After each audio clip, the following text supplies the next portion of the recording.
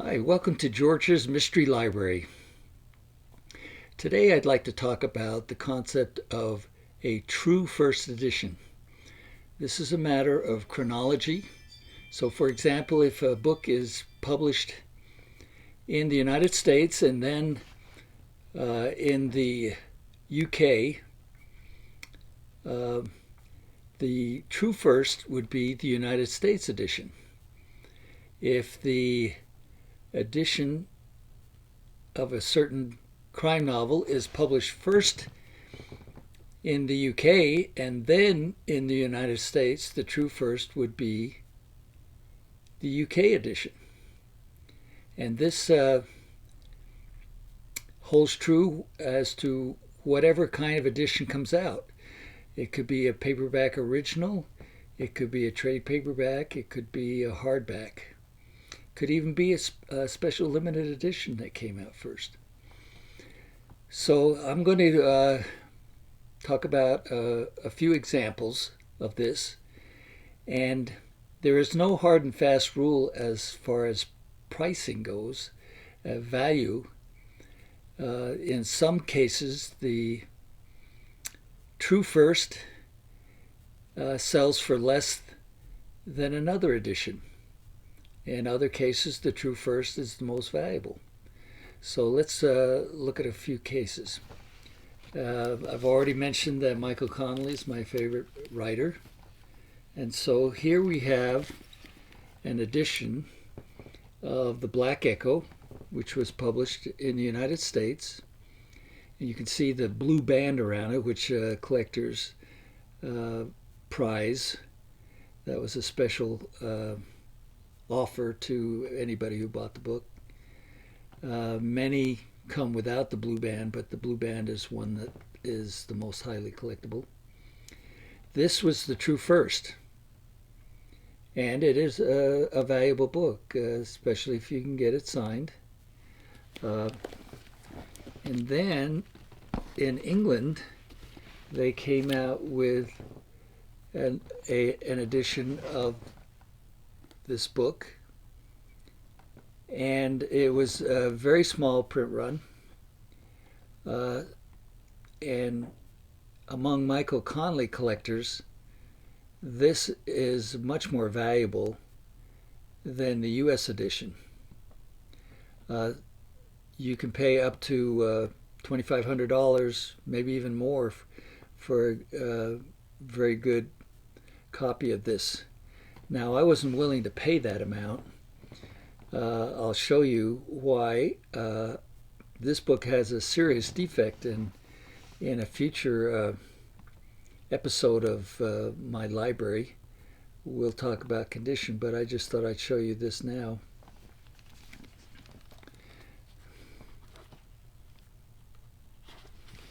On page 200, someone put some kind of a wet, probably a pitcher or something, and it caused water damage, and that seeped through to about 2 pages in front of it and 2 pages behind it. That devalued this book by at least $1,500. So you can see why condition is very important if you're going to keep the value of your books up. Now, another example of the true first is Robert Crace's first book. This was a paperback original, mass market size. Bantam published it, sold for all of $2.95 in the United States. And this is not particularly hard to find or hard to get, but most collectors of crime fiction that are, serious collectors want to collect hardbacks. So even though this is a true first, later, because of Bob Crace's popularity, these books were published in hardback both in the United States and in the UK. This is the US edition. You can see it has the same cover art, basically the same cover art. And this one probably is worth about $150 to $200. I think the UK, I don't have a UK edition, but I think that's worth even a little bit more.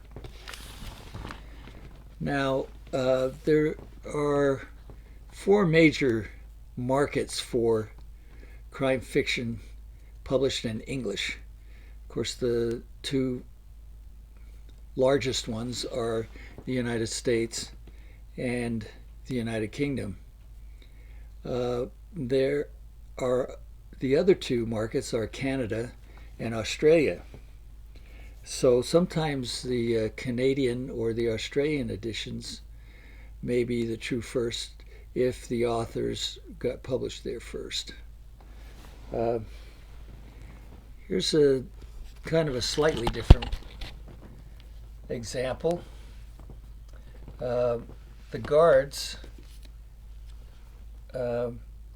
which is Ken Bruen's masterpiece, I think. It's the first novel in the Jack Taylor series. This was published in the United States in hardback, and this is the first hardback edition of it, but it was published prior to that by a company in Ireland called Bruen, and this is the trade paperback edition, and this is the true first edition. So for people who are rabid about collecting Ken Bruen, they may go and seek this one out. As an example of the difference between the United States and the UK editions, C.J. Sansom, his first book, Dissolution, was published first in the United States, which is a little surprising because C.J. Sansom is a British writer. But this is the true first edition. But the one that collectors seem to want is the British edition. Now, if you're not careful, you can be fooled by pricing by different book dealers. Now, this book probably is, I think, about a $300 book. I haven't looked it up lately. Even though it's not the true first edition. This book, if you look it up on Abe Books here in the United States, you can probably get a pretty good copy for cover price, somewhere around that. And yet Goldsboro Books in England has listed this book and describing it as the true first edition for its readers and pricing it at several $100s. So if you were in the United States, you could get it quite inexpensively, but if you were in Britain wanting to be a completist and getting all editions, you might pay a premium. Now, a couple more. This was Harlan Coben's first several books were paperback originals. And he calls this series the Bloody Ball series. And you can see there's a bloody tennis ball and a bloody football. And that always gets a pretty good laugh when he describes it that way. But because he became so popular and such a best-selling author that they went back, his publisher Delacorte Press went back and republished all of these in the series in hardback, not only to increase sales of his books, but to give collectors a hardback for their collection. So this is not a true first edition. It may be the first hardback edition. This also happened a number of years ago with John D. McDonnell's Travis McGee series, where the first, probably more than 10 of them were published as mass market paperback originals. Then I believe they were republished in hardback in England, and then also some of them were republished in the United States, and those hardback editions are quite pricey because of John Dee's popularity. Now, just a couple of more examples. You've got Killing Floor that came out in the United States, even though Lee Child is a British writer who moved to the United States and married an American. An iconic book with an iconic cover. And then his books, even though the true first editions are American in most cases, this is the British. And I would say, I haven't looked these prices up recently, but I would say that they are probably fairly comparable at I don't know, somewhere around $200, $150, $200, something like that.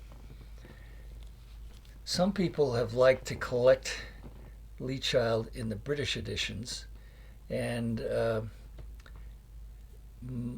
most of his early books in British edition will sell for more than his early books in American editions for some reason, even though Jack Reacher is American. All the settings, except for a few, are American. So who knows? I mean, there's if you can figure out the mind of book collectors, let me know. So the final one I'd like to talk about is this book called The Cuckoo's Calling by Robert Galbraith. Now, you're probably all aware of the story surrounding this. This came out to good critical acclaim, got good reviews, published by Mulholland here in the United States, a very reputable publisher. And but it was a relatively small print run. I think the general consensus was that it was an okay book. But then someone let the cat out of the bag. I understand it was the wife of an attorney, an attorney who had some involving some relationship to the publication of the book. She revealed that Robert Galbraith was a pen name for J.K. Rowling. And then all of a sudden, there was this huge demand for this book. Of course, all the people who had read the Harry Potter series wanted to see how well she wrote a mystery. So, since there was a relatively small print run of the first edition, Mulholland immediately came out with a second printing, and that's the one that you find everywhere. So I have a first printing. This goes for about $150. And here's a second printing that used you can probably find for 10 or 15. Same book, just a true first versus a second printing. Now, it was also printed in the UK, and I'm not sure. I believe the UK edition is the true first. I probably misspoke by saying the US edition was true first. And it's reported that there were only 1,500 copies in the first printing in the UK. These sell consistently for well over $1,000. If you can get them signed, then you can go up to like $4,000 or $5,000. J.K. Rowling's signature is very hard to get, and there are very few signed copies, and so they demand a large premium. So there you have some examples of what is a true first edition, and I hope you enjoyed this little video, and that you'll come back and watch some more. Thank you.